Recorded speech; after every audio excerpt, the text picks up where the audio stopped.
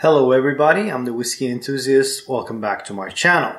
Hope you have a good one, because tonight we have an interesting one. A whiskey that no one's ever heard of. A mystery. You've never seen it before. It is the Monkey Shoulder.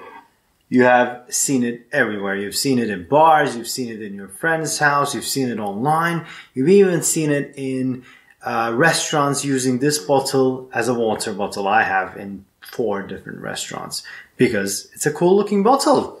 I'll show you the bottle first, then tell you the story. Let's have a look. There you go. You see the 3 monkeys there. It's the Monkey Shoulder. Yeah, there you go. And that is it. All right. Right. Monkey Shoulder. Where does the name come from? Probably know. Already read it before, but it's actually an ailment. It has nothing to do with monkeys. Back in the day, when malt men were turning the malts to dry them by hand, they would develop an injury. Their shoulder would sag because of all the movement like that, and it would act like the monkey. And the 3 monkeys, I'm guessing, I've not read it actually, but I'm guessing because it has the 3 malts in it. Now, this is a blended malt Scotch whiskey. When it first came out, it used to be 3 Speyside malts, Glenfiddich, Balvenie, and Kinninmy.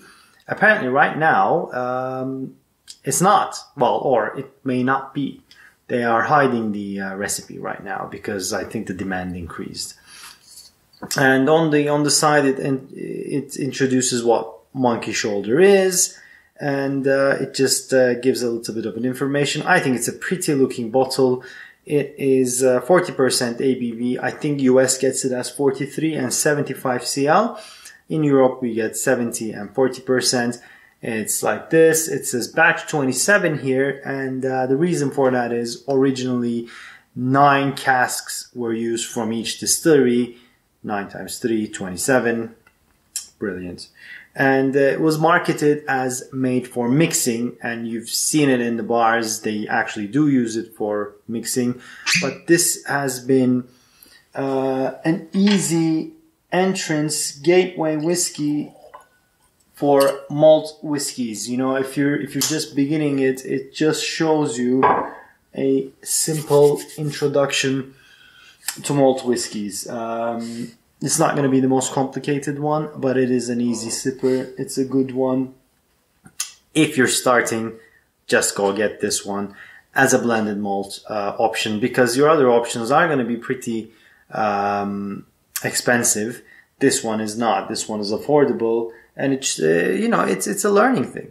You see what blending malts from different distilleries do, and we're always here for learning. There's no limit to learning. So it's a good one. It's a cheap one to do it. Or you can get compass box versions, which are way more expensive, and other blended malts like Johnny Walker Green Label, or the new Isla, or actually the Black Label Origins. Anyway, this is quite affordable, so go try it. Shall we dive in? Wow, peach, initial hit of peach, orange, lemon, freshly squeezed orange juice, floral, herbal, very herbaceous, fresh cut grass, but not mint, fresh cut grass, wet soil, malty, very malty. A little bit of a dusty note, a little bit of yeasty note.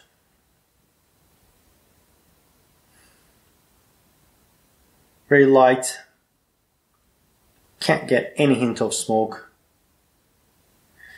Very easy. Fresh. Vanilla. Sweet. Not very caramel forward. We don't know the casks used in these ones, in the Glenfiddich, Kinninmy, and Balvenie. Most probably ex-bourbon, but the maple and the caramel notes are not there as strongly as you would imagine. Yeah, fresh fruit, apple, but peach. Peach is so strong in this one. Peach, lemon zest, well actually just lemon juice smell, but orange juice. And very malty. All right, let's go on to the palate.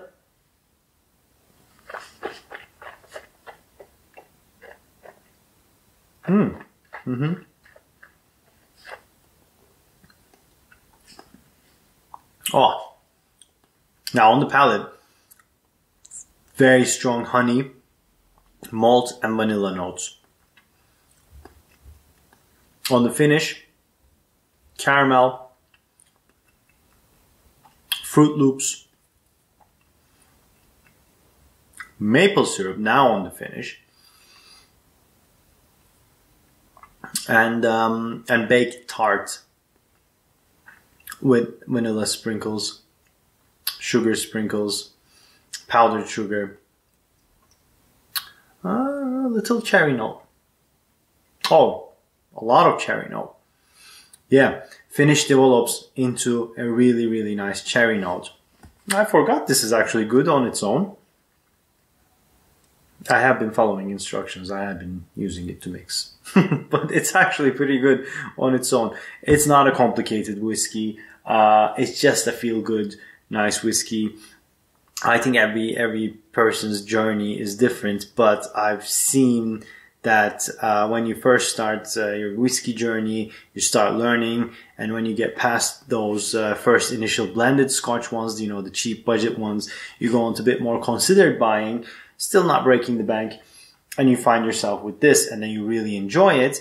But then you go on to more complex single malts. Maybe you're into peat, maybe you're a massive sherry fan, so you go for these more complicated whiskies and cask plays, and then you put this in the back, and then you kind of look down on it, but then you come back to these things and appreciate what they are. It's always a journey, and your palate changes, your mood changes, but the fact that remains is this is actually very well blended malt.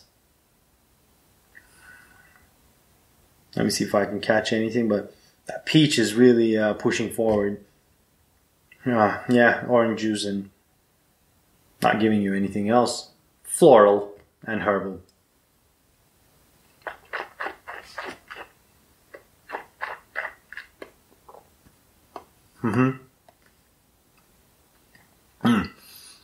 Vanilla, caramel, sugary, baked, malt loaf. Malt loaf with butter on it, and then the finish, the cherry notes start dominating. Like I said, we don't know the casks. It's a good whiskey. I'm gonna give this 3 Glencairn, guys, because you know it's affordable. It's a good experiment. It's a nice way to get to know your whiskeys. It's a great way to find what blended malts are or could be like. It's an affordable way to drink 3 single malts in one bottle. It's a cool looking bottle. I think everyone should have one at their home bar. Mine is nearly gone, so I'm going to transfer this into a smaller one, so the cool bottle is going to go, but the taste will remain. So thank you. This is it from me.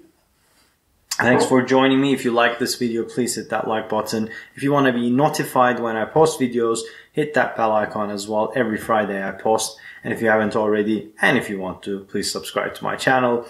This is it from me, guys. Thank you very much. Have a good evening. Have a good day. Have a good afternoon. Cheers and slanja.